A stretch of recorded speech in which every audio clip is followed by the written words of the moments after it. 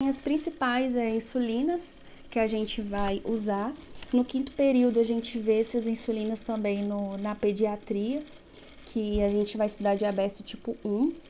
Aí tem a insulina, e essa primeira, insulina ultra rápida, que vai ser aspartate, lispro e glulisina.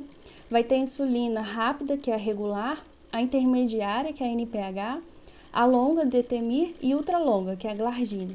Aí no caso do SUS a gente vai usar a regular e a NPH. Então, como que a gente vai fazer, né, esse algoritmo da insulina terapia? Aí tem todo um passo a passo. Aqui eu usei o PCDT, que é o Protocolo Clínico de Diretrizes Terapêuticas, né, da diabetes tipo 2. Então, para fazer esses algoritmos aqui, foi tudo usado o protocolo de 2024. Então, o que ele preconiza?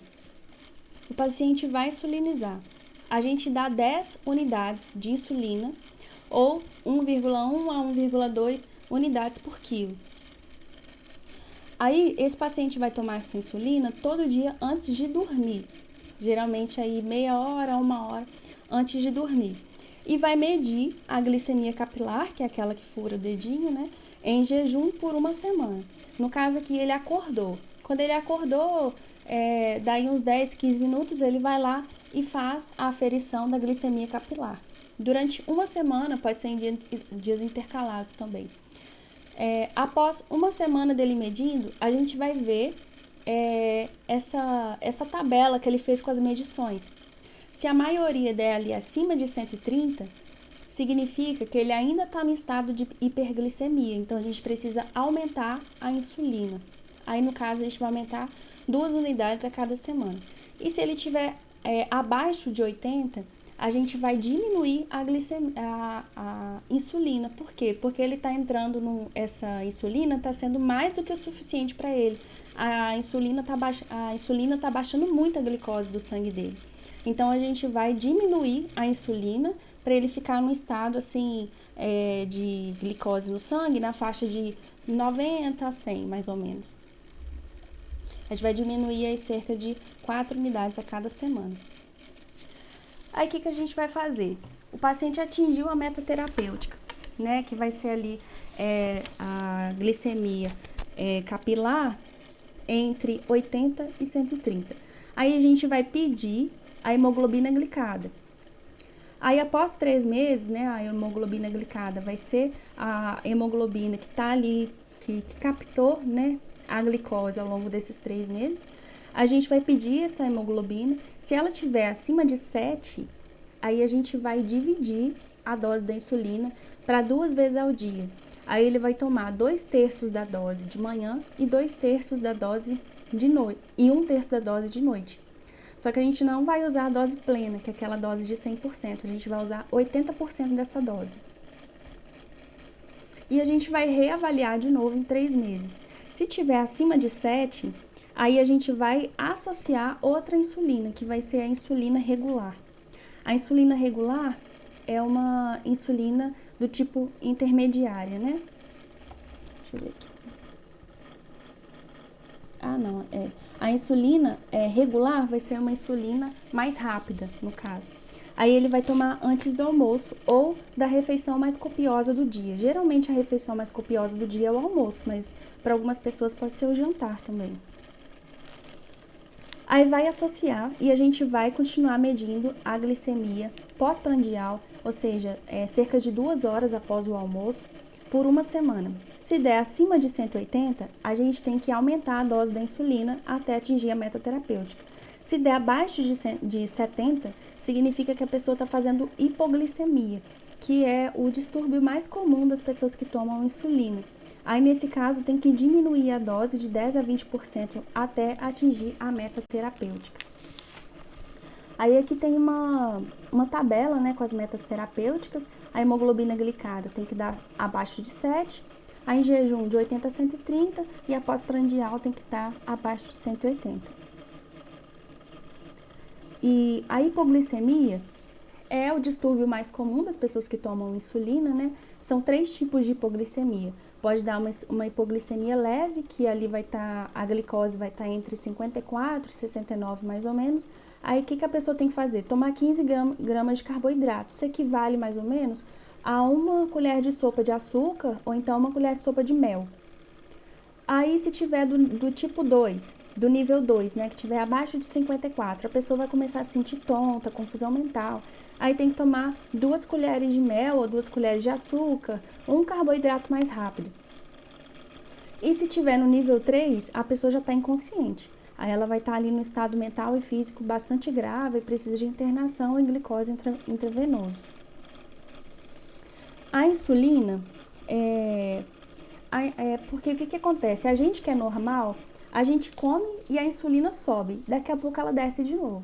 A gente come, ela sobe e daqui a pouco ela desce de novo. É sempre assim, esse fluxo de amplitude.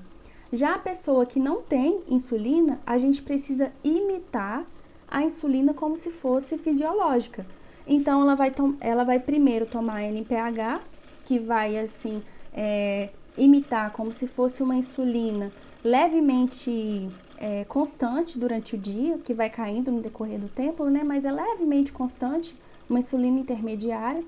E se a pessoa, se otimizou a NPH, não deu certo, a gente inclui a regular, que a regular você vai tomar antes do almoço, que vai dar aquele pico de insulina rápido, no máximo até 2 horas, essa insulina vai sair toda, vai ser metabolizada totalmente. Então, o básico de insulina é isso. A insulina não é só essa questão da terapia, é um tipo de abordagem que é muito complexo, porque a pessoa também precisa aprender a como aplicar a insulina. Aplicar a insulina não é fácil para o paciente que tem que fazer isso 2, 3 vezes por dia, todos os dias da vida.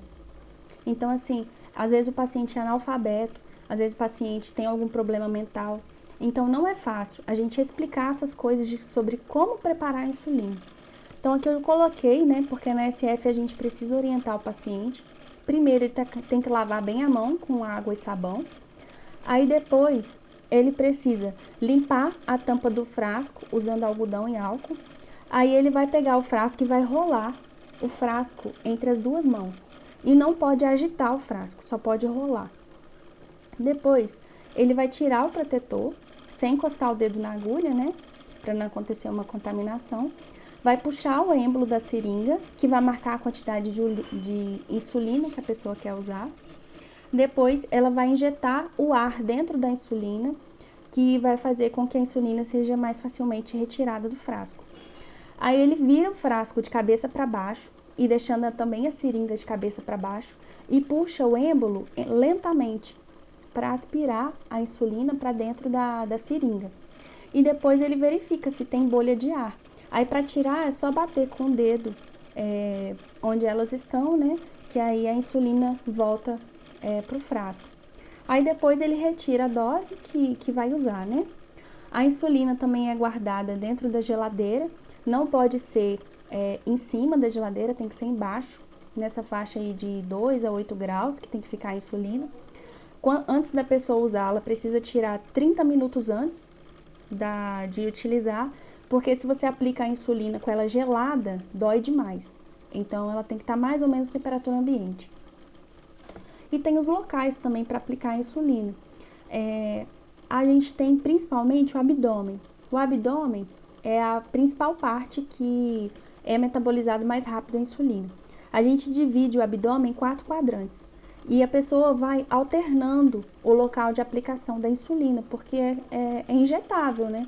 Então, ela vai como se ela estivesse tomando uma vacina ali todos os dias, né? Então, precisa ficar alternando esses locais, porque com o passar do tempo, esses locais vão gerando lesões e vai gerando fibrose e vai causando aquela famosa lipodistrofia, em que o tecido fica mais fibroso, fica mais enrugado, como se fosse cicatricial mesmo. Então, vai alternando esses locais, né?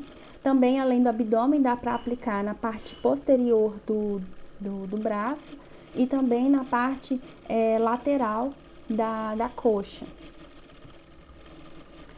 E é isso, gente.